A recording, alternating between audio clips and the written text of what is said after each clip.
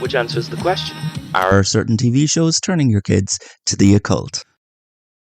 I'm Barry Biev, this is Baile na Gótrin Radio, keeping you company in the small hours until the end.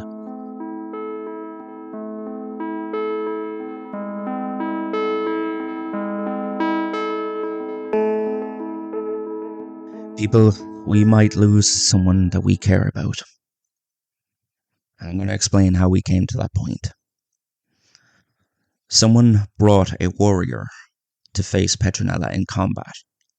And this warrior promised he would never stop until Ireland was safe, or until his name before he had a master was spoken. He introduced himself as the Hound of Ireland, formerly the Hound of Cullen. Round about this time, we had broadcasted an emergency epilepsy warning. Now, Petronella won the fight, only to see him rise once more, because he had already fought and died for Ireland, and he would not fall again.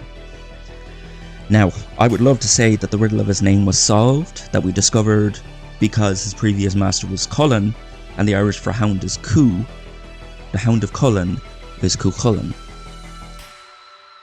And he was called Setanta before he devoted his life to serving those he had wronged and in the country he did right by. But Petronella just used the Book of Soul and sent him away. Very, very anticlimactic. And Petronella decided on an action in retaliation. Petronella believes that someone in this town knows the name of someone that could bring such a warrior. With the warrior being dead prior to the battle, her conclusion landed on our active yet deceased residents. So anyone overdue shuffling off this mortal coil has to write 1,500 words on why they should be allowed to stay in Baile na Gótrin. My guy behind the glass wrote 8. He wrote, "This isn't about saving you, just hurting him."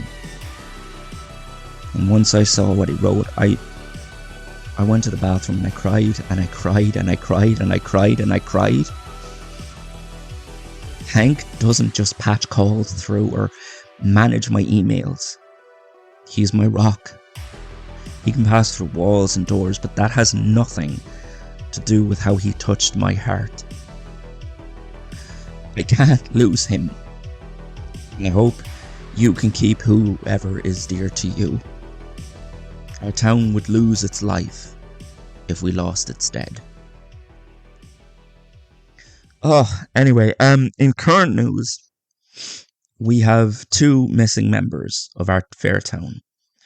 One of them is one we all know and is a good friend of mine, Darcy McGowan. She teaches art down on Oak Lane, and as well, she used to do the art hour. She taught us things like perspective drawing, how painting incomprehensible things makes you more of a conduit and less of an artist, and shading. We're missing one of our most colourful members, and we're missing the man she was dating, Astocrate. Simon, thank you for your text. Yes, Darcy did paint Windmill at Night, the painting that's hanging in Kira's Bites. But the lights on the windmill aren't on, so I'm not sure, but I think it might be offensive to get people's paintings wrong. I'm not sure. Anyways, I would love to say that I never liked Astocrate, but it turns out that I have a blind spot and it's Astocrate shaped. Because you see, the way she talked about him, I was just as hooked as she was. Because she told me he treated her not like a painting, but like its process. He understood that, like with people, we see finished products, but not the hours and hours of work, the hundreds of references, the anxiety of choosing the right colour and its placement. His exact words to her were, "I see a beautiful picture. I also see the weight of its creation on the easel." It makes me sick to think I liked this character. Because, as a friend of Darcy, he wanted to have dinner with me. He was happy to meet me after work, which really should have been the biggest clue.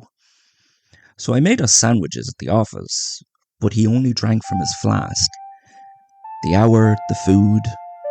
He said it, but I had figured it out already. Astocrate used to be a member of Will. Darcy was dating a monster. And now they're both gone. Also, our top texter and angriest listener, Petronella, has messaged in to the station saying, "Barry, tell Alice to get out of my library.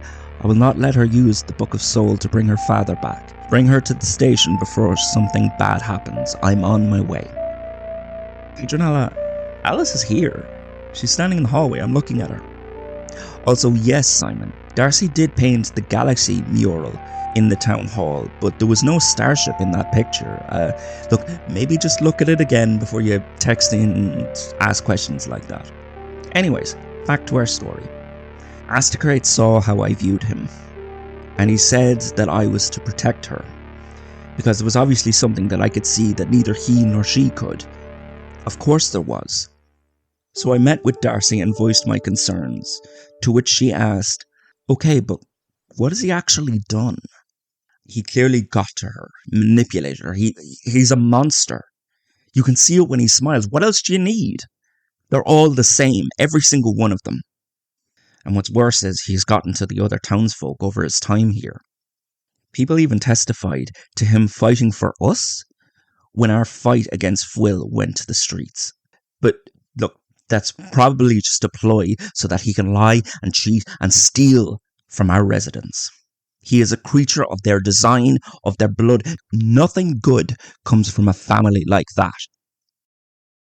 Now, if you're enjoying this episode, please thank Petronella for derailing it. As she says, "Barry, I'm still a few minutes away, so it's up to you. If she misuses the Book of Soul, she could destroy the town. I'll hurt her if you can't save her." Petronella, that's 2 members of my family you have threatened. If you succeed in these threats, I will rip you apart.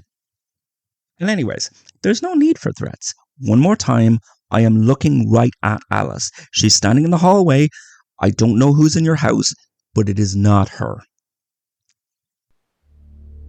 Since Darcy wasn't going to listen to reason, the least I could do is give her tools to keep her safe. So I explained how in any relationship, if someone is separating you from loved ones, dampening your self-esteem, or trying to insert self-doubt, these are bids for control. And I asked, was he doing any of these? And according to her, he was doing the opposite. Darcy was apparently discovering things about herself, things that showed she wasn't like everybody else. And Astocrate was making sure that she was strong and surrounded by loved ones while she was discovering these things.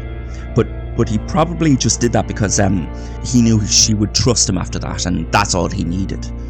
And all the while, she was going through these mystery changes and discoveries. I asked Astocrate, like a gentleman, what they were, and he said that this was her story to tell. Now that's another red flag, hiding things from people that she cares about.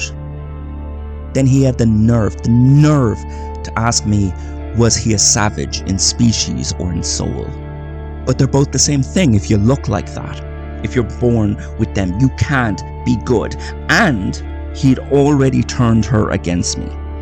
So what else was he going to turn her into? Of course, then he said nonsense like, that action is done at her behest, not my own. But while I am sworn to secrecy about the changes my darling has discovered, what I can say is this. With her and I together, should she wish, I would give us time, and she can give us spaces. I hope she invites you to those spaces, but they are reserved for loved ones. The absolute nerve of him. The nerve. Also, yes, Simon, she did paint Bench by the Lake, but again, for the 3rd time, you need to take a closer look at these paintings. Nobody was on the bench. There weren't 2 people holding hands. And the windmill didn't have the lights on like there was people inside. And the galaxy didn't have a starship. that would need a pilot or pilots. Time and spaces. Darcy, I'm so sorry. I didn't see the I didn't see the big picture.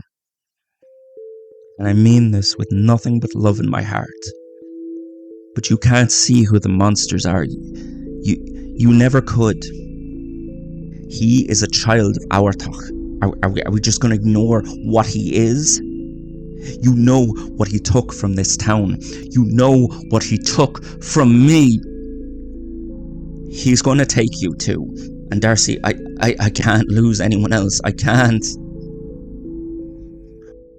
Now, where were you hoping that somebody would kill the mood? Petronella has volunteered to be that person. Barry, I'm really trying to be nice here, but this is her last chance. How does she expect to bring her father back when she's only just learned to make illusions? Petronella, for the very last time, Alice is standing in the hallway. She hasn't moved an inch the entire time. I'm looking right at her.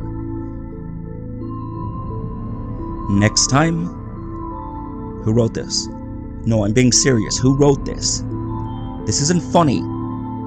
Whoever wrote this, I want you to explain this prank to me. Explain how the Trinity forming next time. Somebody run that one by me. Anyway, I'm Barry Biev, you've been Baile and Gótrin, and we've kept each other company in the small hours. But now, it must all end.